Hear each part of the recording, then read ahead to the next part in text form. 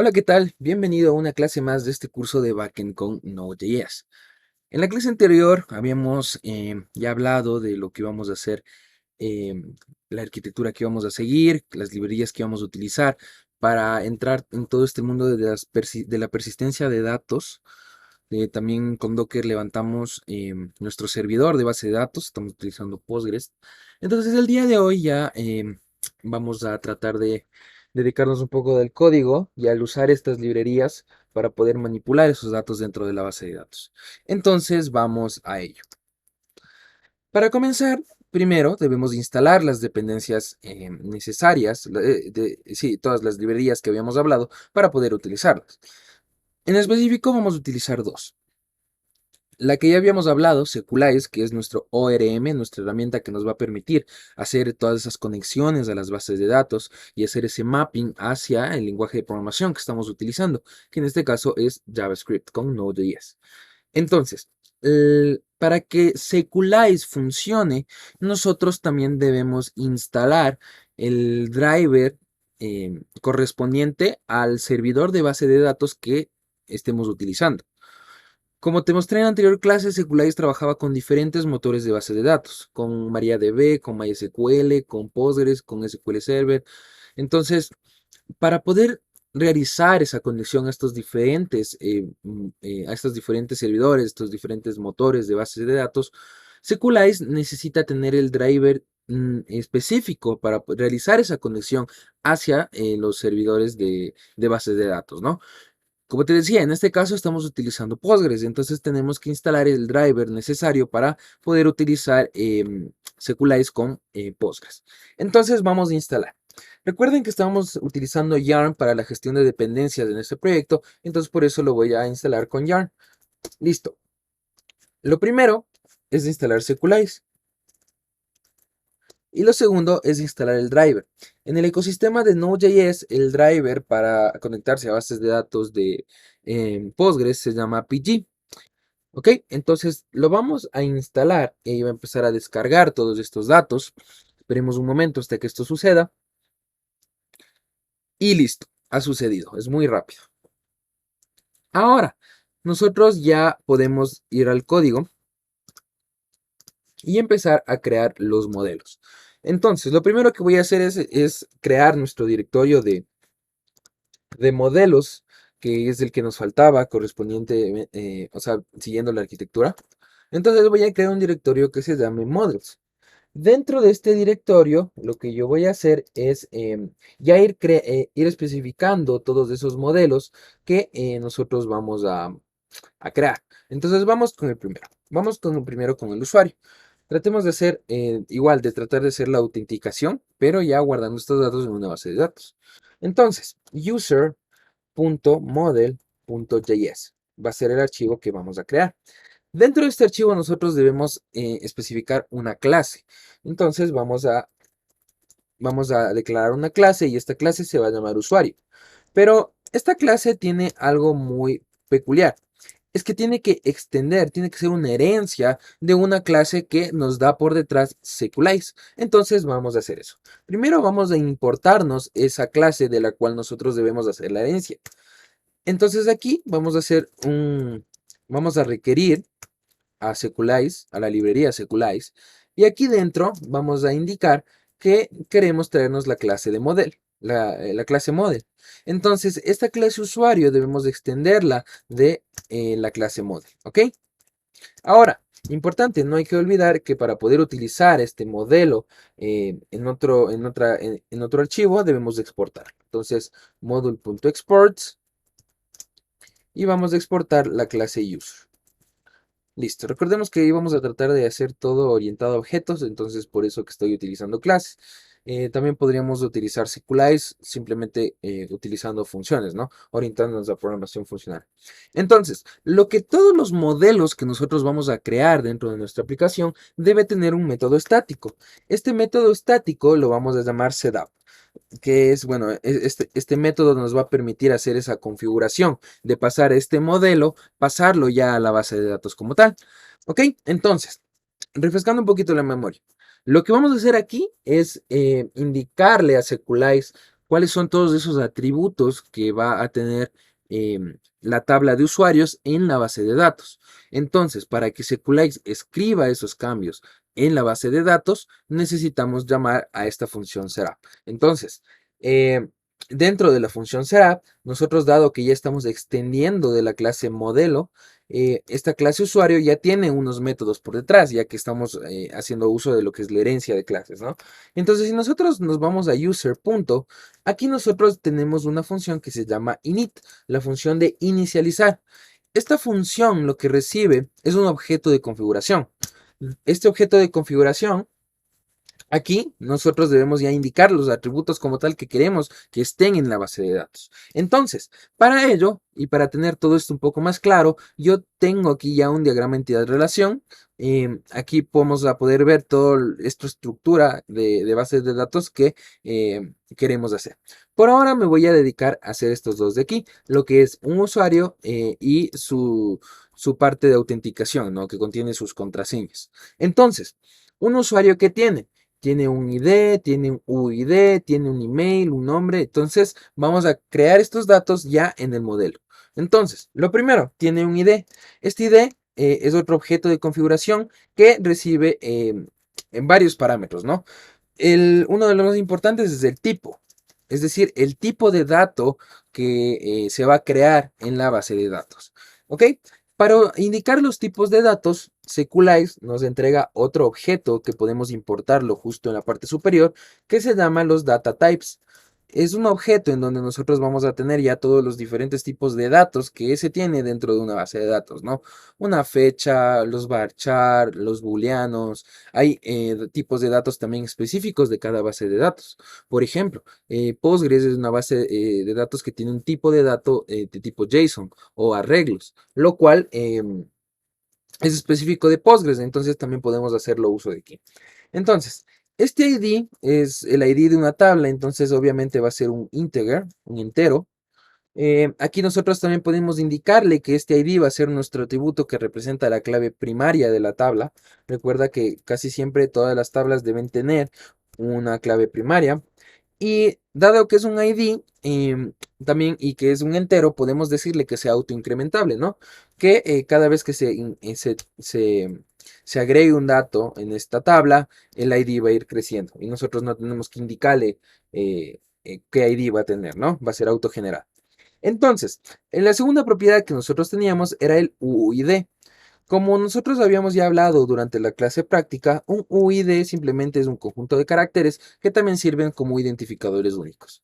Entonces, aquí hay algo muy interesante. Dentro del tipo, nosotros si accedemos al objeto data types, tenemos como tal un tipo de dato que es el UUID. ¿Ok? Eso es bueno porque esto es específico de Postgres. Eso va a ser interesante, ya que nosotros nos vamos a tener que generar los UIDs, sino que Postgres por detrás lo va a generar automáticamente. ¿Sí? Entonces, aquí es interesante que también podemos agregar diferentes tipos de constraints para cada atributo de la base de datos. ¿A qué me refiero con esto? Por ejemplo, queremos que el UID sea único, ¿verdad? Entonces aquí es donde podemos decirle que debe ser único. Aquí también podemos agregar otras restricciones, como que permitimos o sea, que al crear un dato en esta tabla, este atributo puede ser nulo. Aquí también podemos especificar. Por defecto sí, va a poder ser nulo. Entonces aquí podemos indicar lo contrario en caso de que necesitemos, ¿ok? Y bueno, pues sigamos llenando todos los atributos de esta tabla. Nosotros aquí también teníamos un nombre, también un last name, el apellido. También teníamos un teléfono, listo. Y cada usuario pertenecía a una organización. Listo. Entonces ahí están todos los atributos de la tabla. Ahora de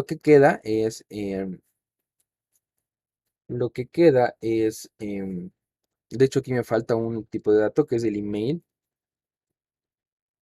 El email. Listo. Entonces mira, ahora lo que tenemos que hacer es ir dándole los tipos de datos y los diferentes constraints que nosotros queramos agregar. En este caso el tipo del email, dentro de data types tenemos uno que dice string. El allow null, dejémosle que sea falso, es decir, que para crear un usuario de ley tenemos que indicar el correo, que va a ser único, digámosle que también es único para poder ver si es que un mismo usuario no puede registrarse con el mismo correo. Y entonces ahora con el nombre lo vamos a hacer algo parecido, que el data type es un string y que no acepta nulos. El apellido sería prácticamente lo mismo que el nombre. Ya, el teléfono de igual forma podríamos considerarlo como un string y que no acepte falsos. Y la organización de igual forma, ¿no? Que sea un string y que no acepte falsos. Entonces, ya con esto nosotros ya hemos indicado qué tipos de datos va a haber dentro de nuestro modelo. Pero la función init recibe otra cosa. Aparte de indicar los tipos de datos que nosotros tenemos, eh, Sequelize está construido de tal forma de que nos obliga a simplemente tener eh, una única instancia a lo largo de toda la aplicación, o una única instancia de lo que es Sequelize. Entonces, aquí dentro de esta función setup, lo que vamos a recibir es esa instancia de Sequelize, ¿sí? ¿Por qué lo recibimos aquí? Porque como segundo parámetro de la función init, lo que nosotros debemos enviar es otro objeto de configuración. Y aquí debemos enviar lo que es la instancia que creamos de Sequelize. Y esto tenemos que hacerlo en todos los modelos. Aparte de eso, debemos darle un nombre al modelo. Este nombre va a ser con el cual se va a crear la tabla dentro ya de la base de datos como tal. En caso de que tú no le des el nombre al modelo, lo que va a hacer Sequelize es tomar el nombre de la clase que estamos inicializando. En este caso yo sí le voy a colocar un nombre y le voy a decir que sea user en minúscula, ¿sí? Y listo. Con eso nosotros ya hemos configurado todos los datos que va a tener nuestra tabla. Entonces, te decía, vamos a tratar de hacer igual el método de autenticación, pero ya con persistencia en base de datos. Entonces, esta tabla está lista. Vamos a la de acá.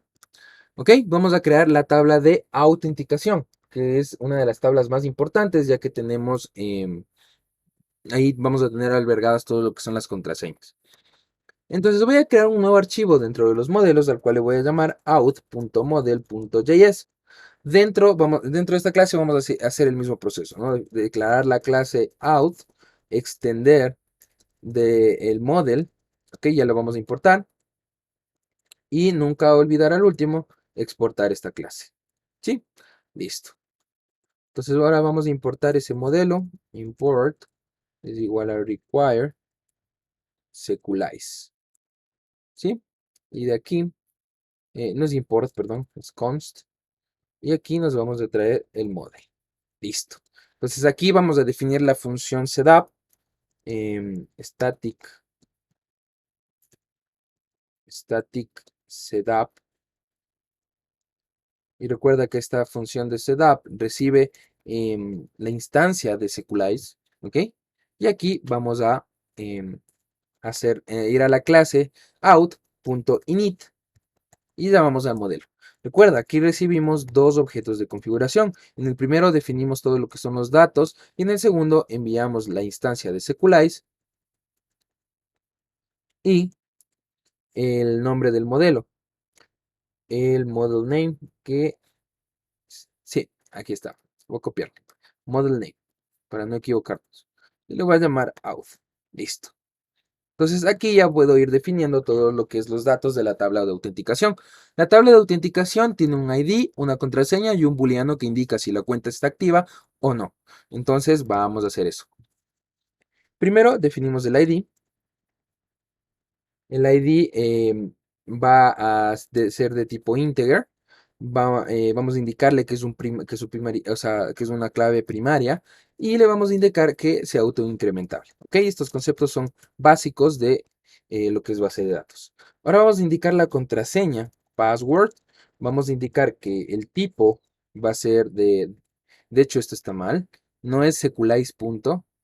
Tenemos que importar aquí los data types, el objeto de tipos, y aquí accedemos ya a los tipos como tal. Data types punto, el password va a ser un string.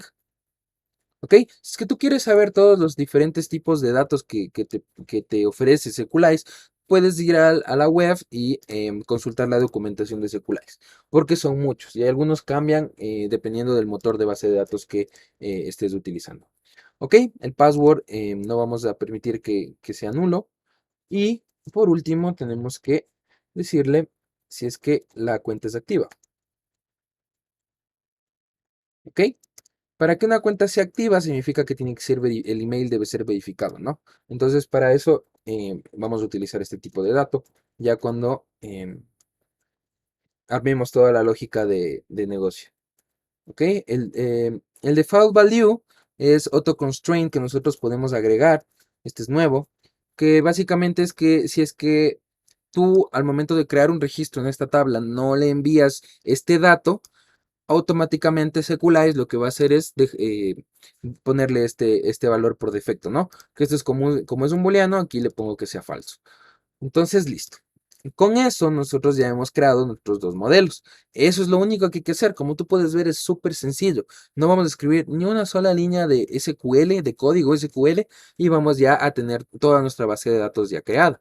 Entonces, una vez que nosotros ya definamos todo lo que son los modelos, lo que debemos hacer es crear una nueva clase en donde nosotros inicialicemos estos modelos y le indiquemos también, ahí en esta nueva clase nosotros vamos a poder indicar las diferentes relaciones que puede haber entre las tablas dentro de una base de datos, que bueno, como saben, puede ser de uno a uno, de uno a muchos y de muchos a muchos. Entonces, esas configuraciones, a mí personalmente me gusta crear una nueva clase dentro de la carpeta de librerías, a la cual les sé llamar database.js.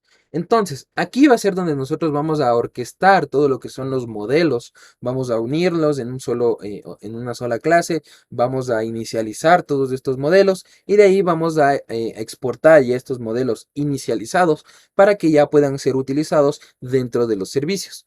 Entonces, primero vamos a definir una clase que va a ser la clase database. ¿Ok? Esta va a ser una clase y no olvidemos de exportarla. Listo. Entonces, dentro de esta clase yo voy a volver a implementar un patrón singleton. Recuerdan que ya utilizamos este patrón singleton a la hora de crear los servicios. Aquí lo vamos a volver a hacer. ¿Por qué? Porque es muy importante que exista una única conexión a la base de datos. Porque imagínate, ya en un servidor productivo puedes llegar a recibir miles de peticiones por segundo. Entonces, ¿qué pasaría si es que por cada conexión nosotros creamos una nueva conexión a la base de datos? Eso estaría mal. ¿Por qué? Porque ahí el servidor empezaría a colgarse de tantas peticiones que se le hace. Entonces, es por eso que el patrón singleton casi siempre se utiliza en este tipo de conexiones a las bases de datos. Entonces, este también tú ya lo conoces de memoria porque ya lo hemos venido implementando en todos los servicios y vamos a volver a implementarlo aquí. Entonces, vamos a definir mi variable estática que se llame la instancia. Y le vamos a inicializar como nula. Le coloco el guión bajo para indicar que sea una variable, perdón, sí, un atributo privado de esta clase, ¿no? Entonces eso ya lo discutimos en la clase práctica. Entonces, aquí viene algo muy interesante, porque ya todo este tipo de conexiones ya deben manejarse de forma asíncrona. Entonces aquí vamos a hablar un poquito de lo que es el asincronismo. Eh, Básicamente, JavaScript, esta es una de las características más interesantes que tiene, que es el asincronismo. Y, a ver, nosotros tenemos diferentes tipos de funciones en JavaScript, ¿no? Las funciones síncronas y las funciones asíncronas. Una función síncrona es una función que todo lo que se ejecuta dentro de la función es totalmente secuencial. Eso quiere decir que si es secuencial, es que o sea, como que no depende de nada, ¿no? De nada externo a nuestro programa. Yo qué sé, sea sumar dos números o recorrer un arreglo, declarar objetos, todo lo que hemos venido haciendo ha sido funciones síncronas, ¿sí? Que todo se ejecuta de forma secuencial. Pero JavaScript es bien interesante el hecho de que ya implementa de forma, o sea, el lenguaje como tal, Node.js como tal, el motor de JavaScript como tal, se encarga de manejar todo lo que es el asincronismo. Imaginen esto. Si comparemos con Java, ¿ya? Java por defecto es un lenguaje síncrono. Sí, por defecto. Y tú implementar asincronismo dentro de Java, deberías ya manejar tú lo que son los procesos, abrir los hilos, todo este tipo de cosas que son un poco complejas. En cambio, todo esto aquí con JavaScript se hace automáticamente. Me refiero a que si tú quieres, digamos, en tu código programáticamente quisieras, no sé, descargar una imagen de Google, sería simplemente hacer una petición HTTP a un servidor, ¿verdad? Entonces, ahí viene algo bien interesante y es que, ¿cómo sabes tú cuánto tiempo se va a demorar en responderte el servidor? Y tu programa, ¿qué debería hacer durante ese tiempo? ¿Debería bloquearse? ¿Debería no hacer nada? ¿Ok? Entonces, ahí viene este concepto del asincronismo. Y es que nos permite a nosotros evitar que nuestro programa se cuelgue, que nuestro hilo principal de procesamiento se quede colgado, mientras se realizan peticiones asíncronas, que como te digo, son peticiones que tú sabes cuándo van a iniciar, porque tú las inicias, pero no sabes cuándo te van a responder, porque depende de muchos factores. Por ejemplo, una petición a un servidor depende de la velocidad del Internet, depende de cuánto tiempo se demora el servidor en responderte, y depende también la capacidad de procesamiento, el tipo de información que tengamos, que hagamos el cual vamos a hacer la petición. Entonces depende de muchísimas cosas. Y tú, ¿cómo especificas en el código que, o sea, qué hacer al programa mientras ese tiempo, ¿no? Como que ese tiempo muerto. Eso, JavaScript lo soluciona con las funciones asíncronas, en donde aquí nuestro programa principal no se va a bloquear mientras se realizan esas conexiones asíncronas. Ya aterrizando esta idea justo en lo que estamos creando en esta aplicación, básicamente esto de las funciones asíncronas em, lo vamos a utilizar con la conexión de base de datos, porque como tú sabes es un servidor externo la base de datos que utiliza un protocolo de conexión, entonces también depende de muchísimas cosas. Por eso nosotros debemos indicarle a nuestro programa que esto tal vez se demore. Esta porción del código puede que sea asíncrono, es decir, Node.js, por favor, si es que tú ves esta función, crea un nuevo hilo de procesamiento y ya, ponle a ejecutar allá, y mientras el hilo principal, el proceso principal de Node.js sigue ejecutándose tranquilamente. ¿Ok?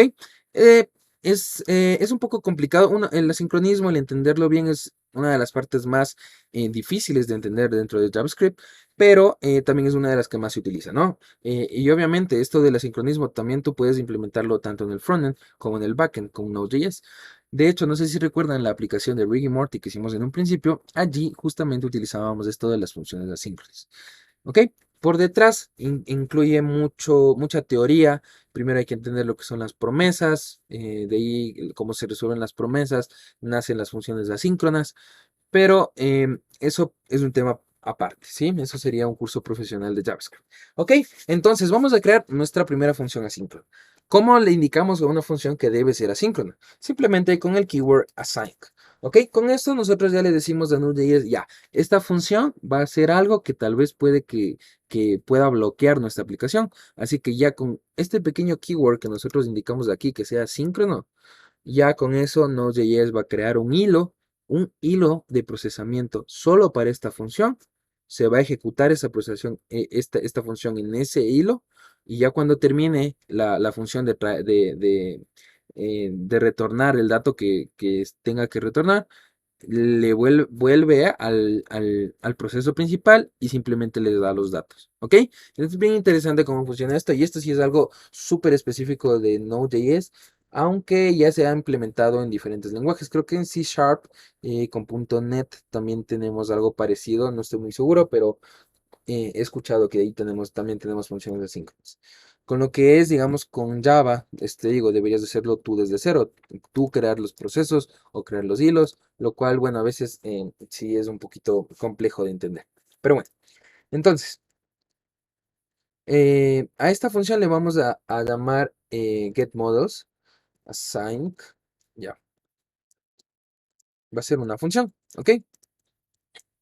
Esta función lo que va a hacer básicamente es crear bueno, aparte de implementar el patrón singleton que queremos implementar, va a encargarse de llamar a estas funciones que nosotros hemos ido declarando dentro de los modelos, es decir, a estas funciones de setup, ¿ok?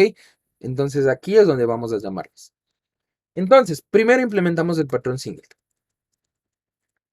¿Qué quiere decir? Que si es que en la clase database no existe la instancia, lo que vamos a hacer es crear. Pero en vez de crearle, bueno, este no sería así new database, lo que deberíamos hacer es hacer un new de Seculize, ¿sí?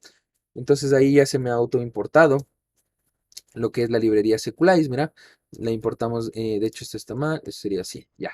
Listo.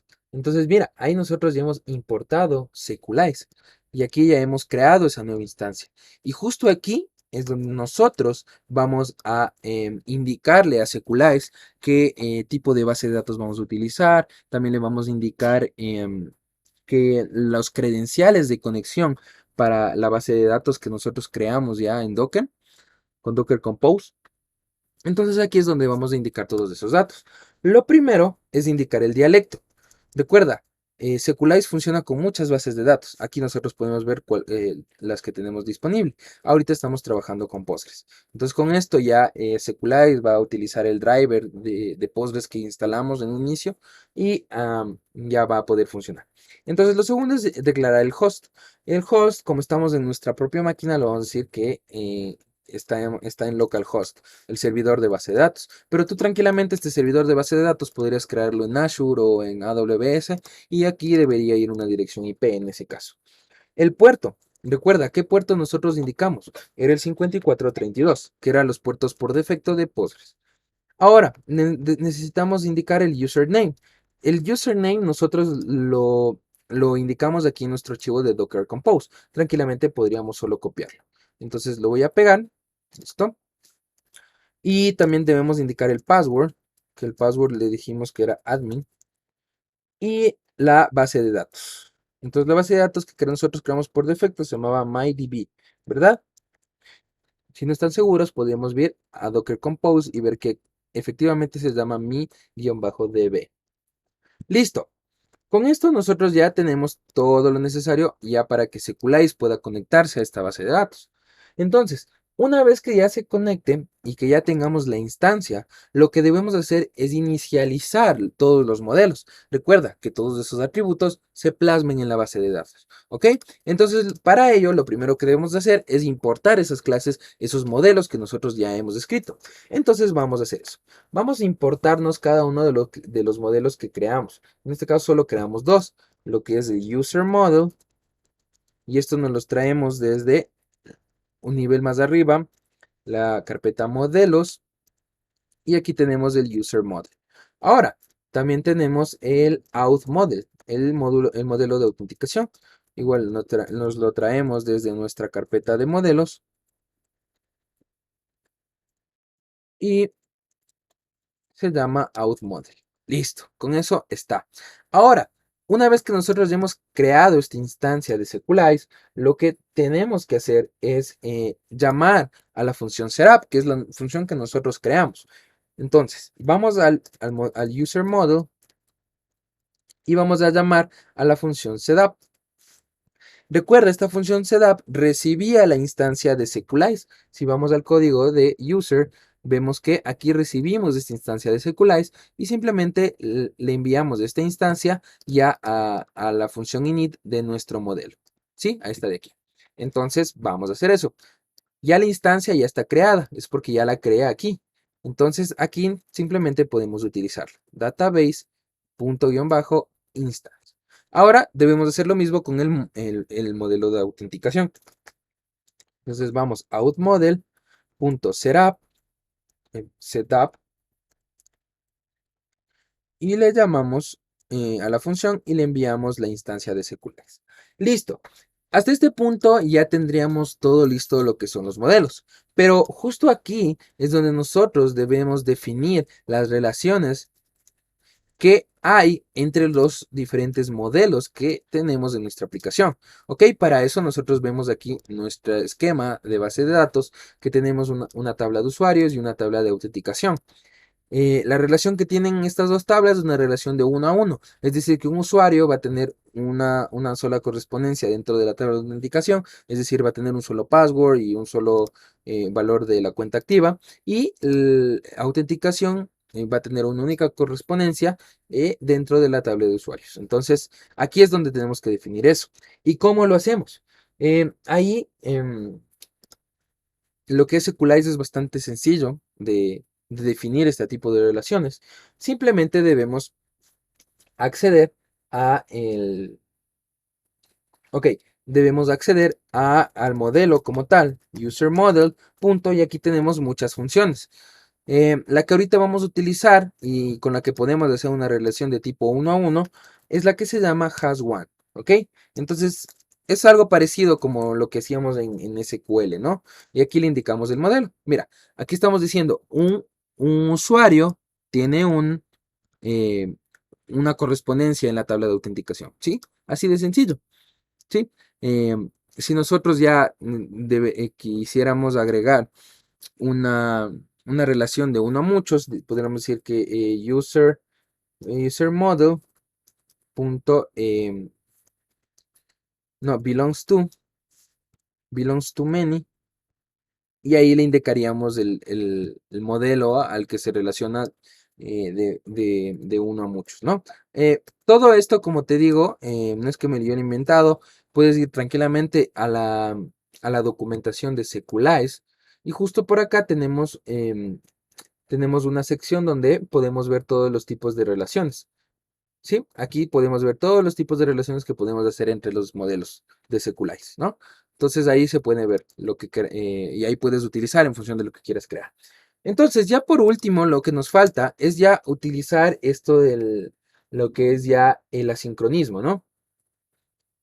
Que lo que vamos a hacer es esperar, vamos a decirle a nuestro programa que debe esperar que, bueno, desde la clase database, desde la instancia, llamamos a la función sincronizar, ¿sí? Entonces ahí lo que va a hacer Seculize es escribir todos estos atributos, estas tablas que tenemos definidos aquí como código, ya los escribe directamente en la base de datos. Y aquí es muy importante que hay que tener mucho cuidado.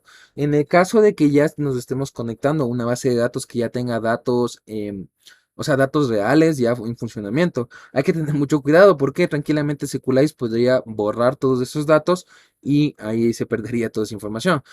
Lo que comúnmente se hace es tener dos motores, o sea, dos servidores de base de datos, uno para desarrollo y otro ya para producción. Pero eso también se maneja con todo lo que son las variables ambientales, que es lo que ya veremos un poquito más adelante. Cómo no enviar estos datos de aquí quemados en el código, sino utilizar lo que son variables ambientales, que como digo, ya lo vamos a hacer después. Entonces, una vez que nosotros ya hemos hecho todo esto de aquí, vamos a cerrar este if que teníamos por ahí. Sería así y así. Ya. Entonces, lo que vamos a hacer es en caso, o sea, fuera del if, en caso de que ya se haya creado la instancia o no se haya creado la instancia, lo que vamos a hacer es retornar todos los modelos que nosotros tenemos en nuestra aplicación. En este caso solo tenemos dos, que es el modelo de usuarios y el modelo de autenticación. Entonces, aquí ya estaría todo listo. Ahora sí, entonces, como puedes ver, nosotros estamos ya simplemente em, como que importando lo que son nuestros modelos. Aquí los configuramos como tal, ¿sí? Les pasamos la instancia de secular, los inicializamos, definimos las relaciones, le indicamos a Seculize que escriba esos datos en la base de datos y simplemente ya retornamos las mismas clases, pero ya configuradas, ¿ok? Y ahora sí que vamos a poder ya utilizar estas clases de aquí dentro de los servicios, así de simple, ¿ok? Entonces vamos a hacer eso. Vamos a nuestro servicio de usuarios, vamos acá y vamos a escribir ya aquí toda la lógica necesaria para ya utilizar Seculize como tal, ¿no? En lugar de quemar los datos ahí en arreglos en memoria. Lo primero que debemos hacer es crear otra función asíncrona, ¿sí? es otra función asíncrona que se llame getModels. ¿Ok? Esta función asíncrona lo único que nos va a permitir es ya irnos a nuestro archivo de base de datos para traernos los modelos. ¿Ok? Entonces primero vamos a importar esa base de datos.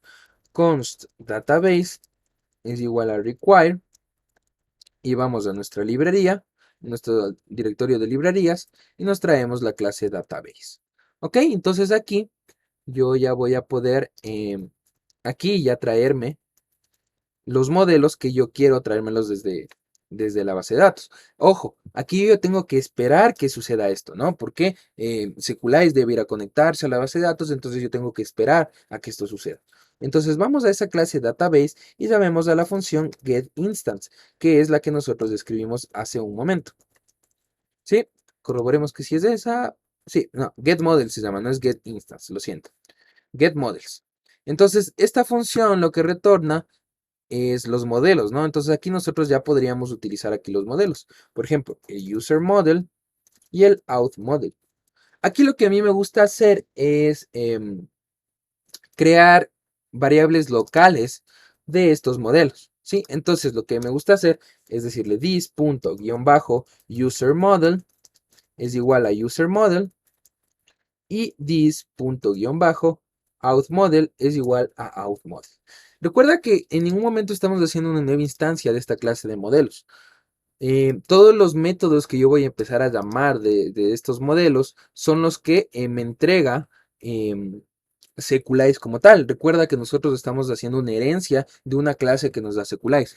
Esa clase padre es la que contiene todos estos métodos, ¿no? Que ya vamos a utilizarlos en un momento.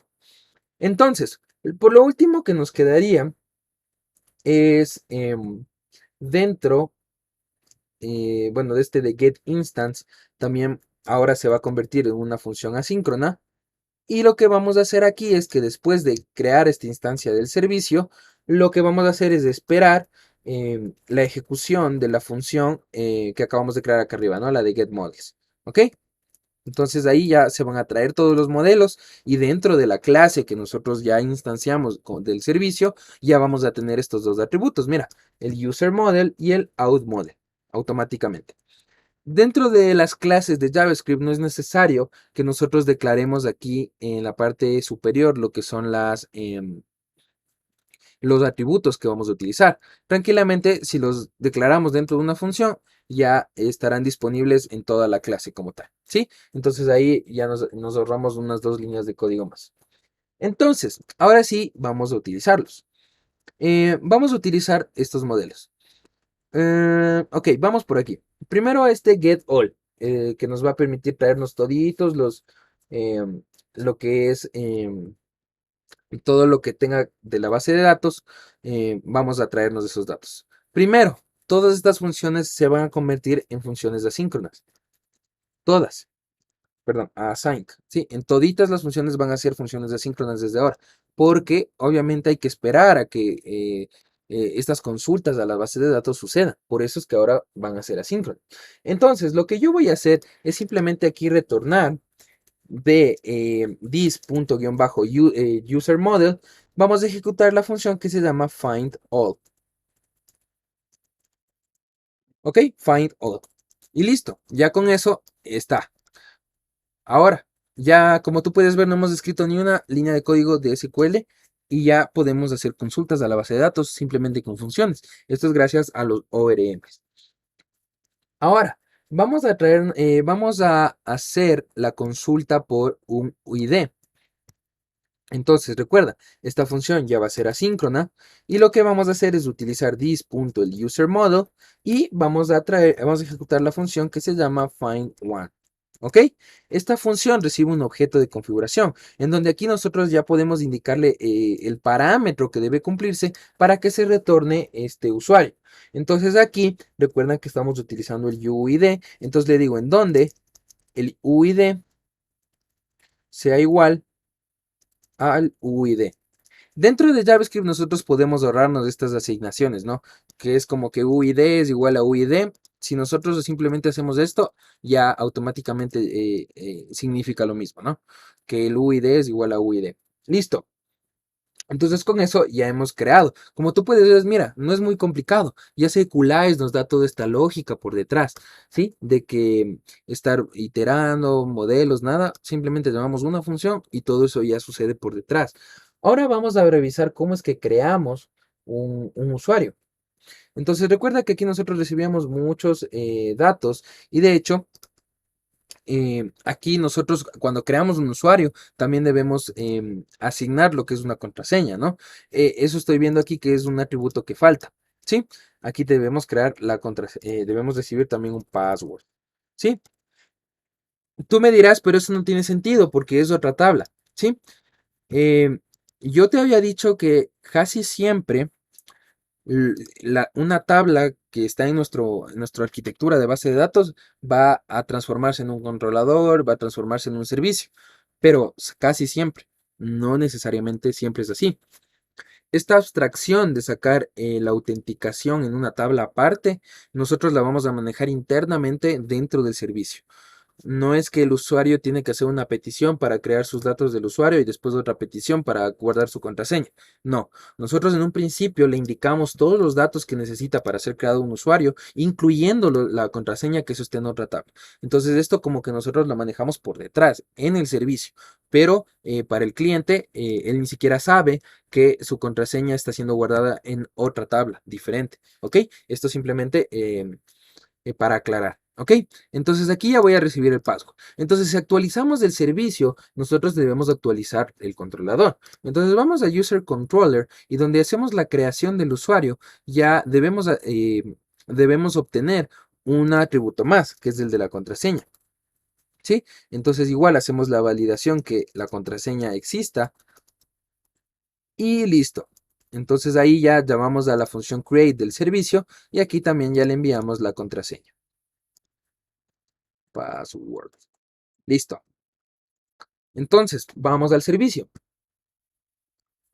Aquí en el servicio nosotros creábamos en memoria lo que es un usuario y de ahí le hacíamos un push al arreglo que teníamos, ¿no? Y retornábamos ese usuario como tal. Ahora lo que vamos a hacer es algo parecido, pero ya no lo vamos a crear aquí. Y de hecho, ya ni siquiera vamos a tener que crear este UID, porque recuerda, yo te había dicho que ya Postgres por detrás ya tiene como que esa lógica para crear los UIDs de forma automática. Entonces esa librería ya no la vamos a utilizar. Entonces, voy a declarar el usuario. Entonces, const user va a ser igual y esto va a ser algo que debemos de esperar. Es decir, esta función va a volver a ser asíncrona. Entonces vamos a hacer await this.userModel, accedemos a nuestro modelo y de ahí accedemos a la función create. Esta función create recibe un objeto de configuración, en donde aquí ya vamos a ir indicando los datos con los que el usuario se va a crear en la base de datos. Entonces, aquí vamos a crear un email. Bueno, vamos a enviarle el email, vamos a enviar el nombre, vamos a enviar el apellido, todo lo que tiene que ver con la tabla de usuario como tal, el teléfono y la organización. Listo. Listo. Entonces, con esto ya solo con esta línea de aquí ya se crea el registro en la base de datos. Ahora debemos crear la tabla de correspondencia perdón, debemos crear el valor, esa fila en la tabla de autenticación. Entonces es algo parecido. Vamos a decir const out va a ser igual a wait porque debemos esperar a que esto suceda.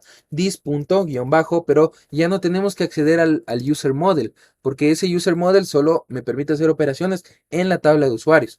Ahora debo hacerlo en la tabla de autenticación. Entonces sería outModel.create, ¿ok?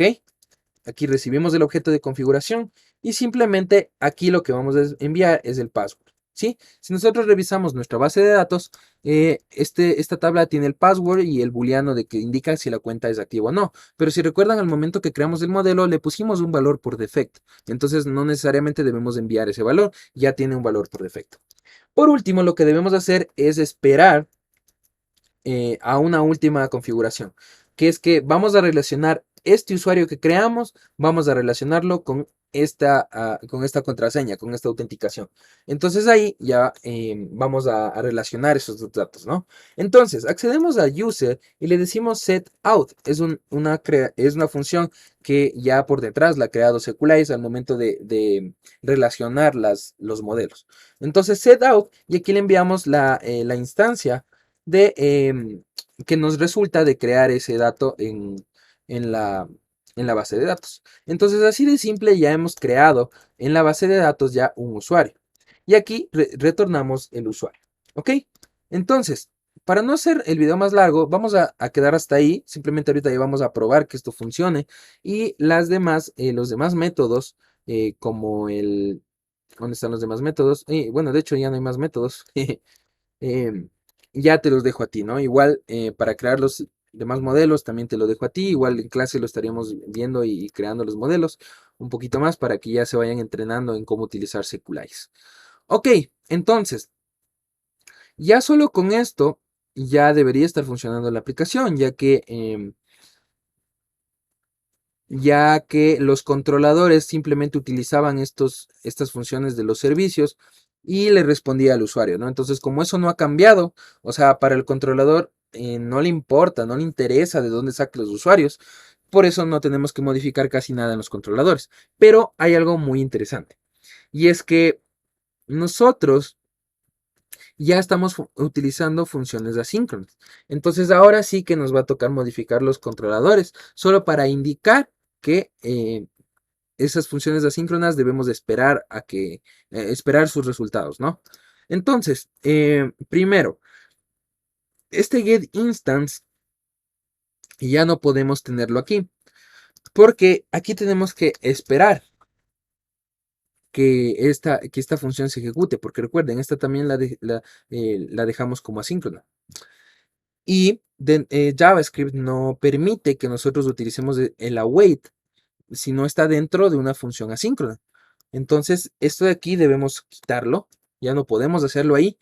Y tenemos que llamar al getInstance del servicio cada vez que hagamos o sea, resolvamos una ruta. ¿Ok? Entonces, aquí, dentro de todas las rutas que tiene nuestro controlador, el callback que va a resolver esta ruta también debe ser asíncrono. ¿Sí? Entonces con eso nosotros ya podemos utilizar ya todo lo que es las conexiones a las bases de datos. Y recuerden, esta función getAll también es asíncrona. Entonces debemos esperar a que suceda. Listo. Entonces estos pequeños cambios debemos hacer en todas las rutas de nuestro controlador. Entonces me voy a traer aquí el servicio. Voy a decir que esta función es asíncrona y que esta función debemos de esperar. ¿Ok? Entonces de igual forma acá, async. Acá nos traemos el servicio. Bueno, de hecho lo puedo hacer acá abajo, después de la validación de datos. Y aquí en create igual espero, await.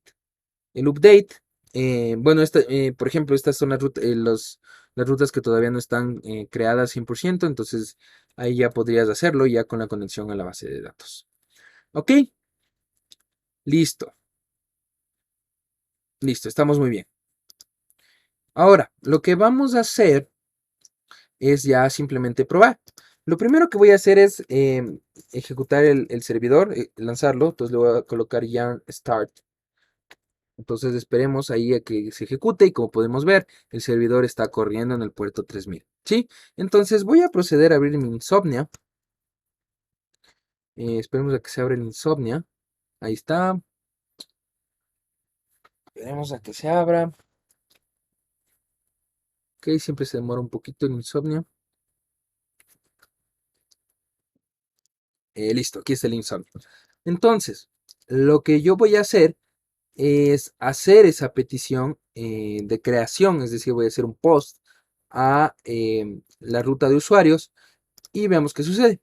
Bueno, en este caso falta los parámetros porque aquí recuerden que le agregamos lo que es la contraseña, pero si nosotros vamos, bueno, todavía no se ha creado y aquí también nos imprime el error, pero aquí yo ya voy a agregar el password.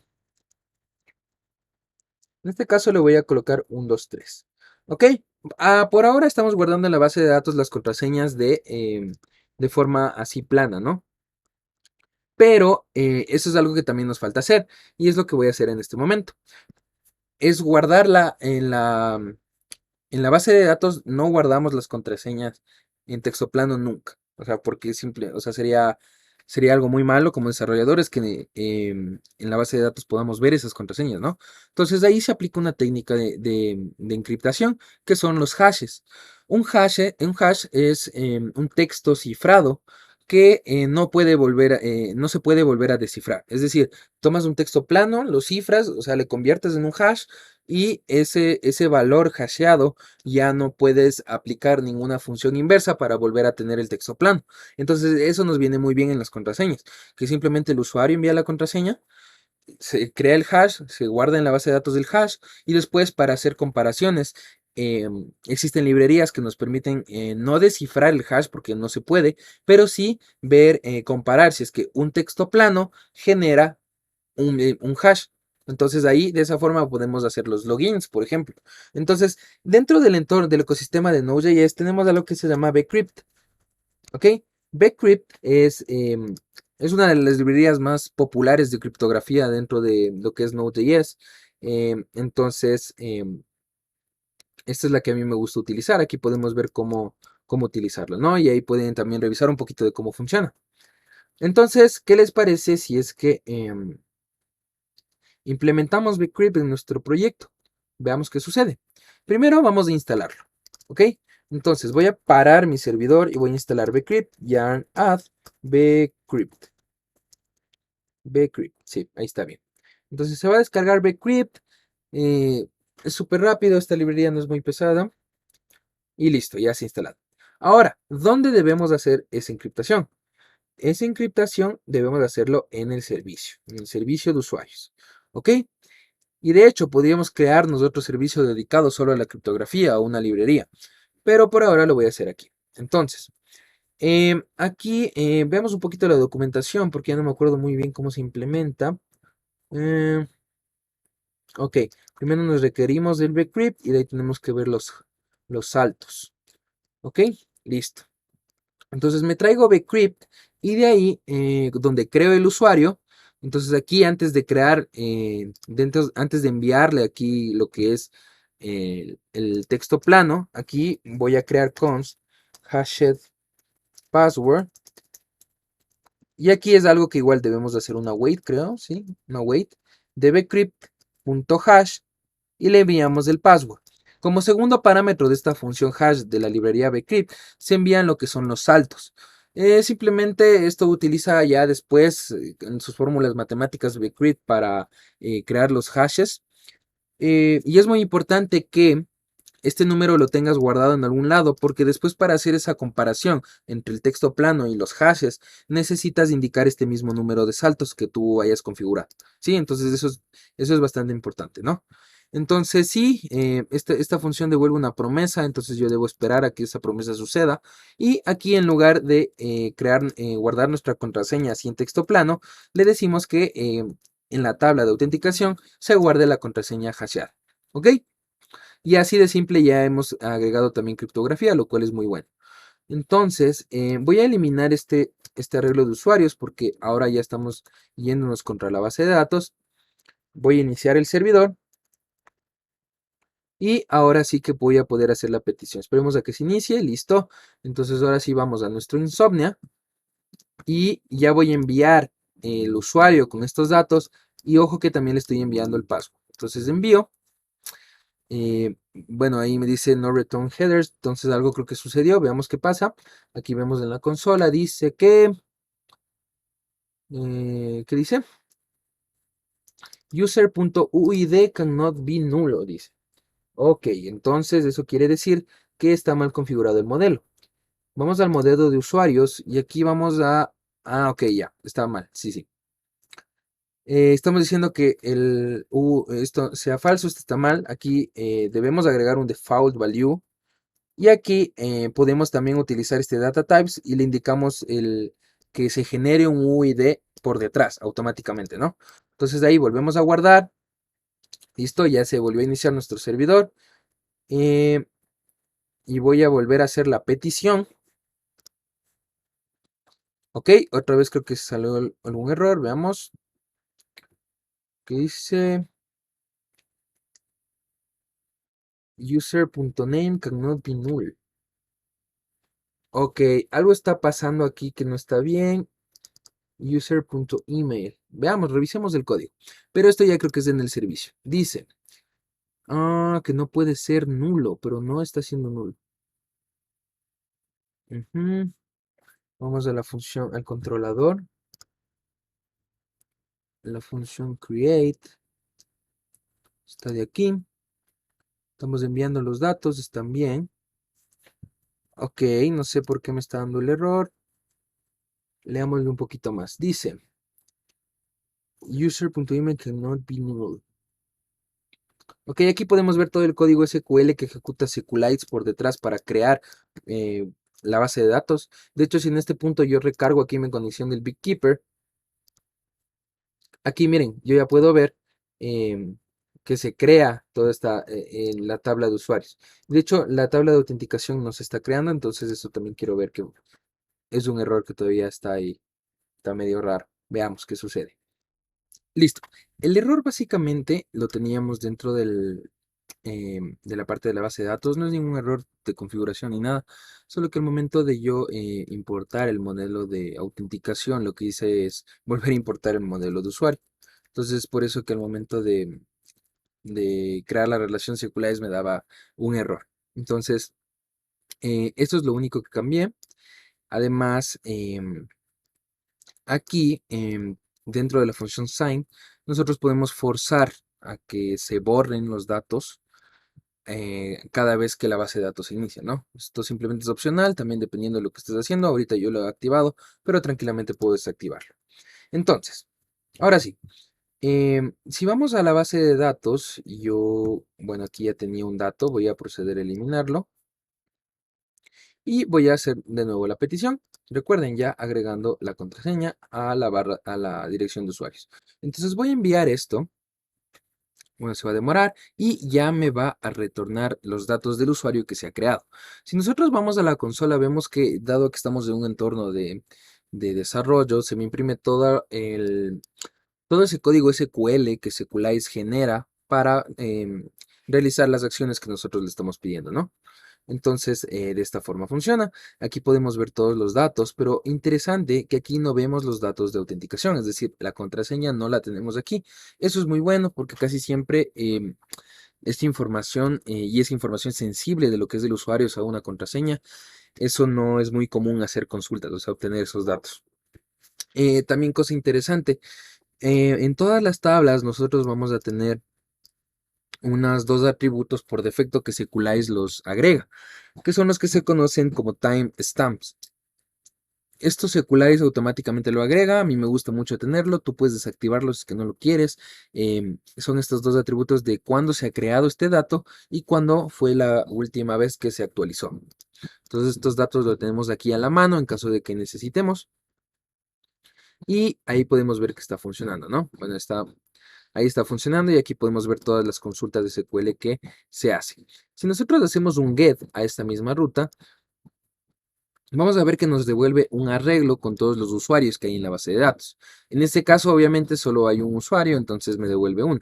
Y lo chévere es que si yo copio su UUID y vuelvo a hacer un get, pero ya enviando el parámetro del UUID, ya no me devuelve un arreglo, sino solo el usuario en cuestión. Entonces, como podemos ver, está funcionando. Para hacer una actualización, de igual forma podríamos hacerlo. Para hacer una actualización del usuario. De hecho, la actualización, ok, la actualización es algo un poquito complejo que, o sea, no, no complejo, hay que hacer unas cuantas consultas para poder realizar la actualización. Y eso sería básicamente todo por ahora. Ya después en la clase práctica ya iremos viendo cómo completar todo esto del curso. Entonces eso sería todo. Cualquier duda quedo atento en caso de que exista y nos vemos en la siguiente clase.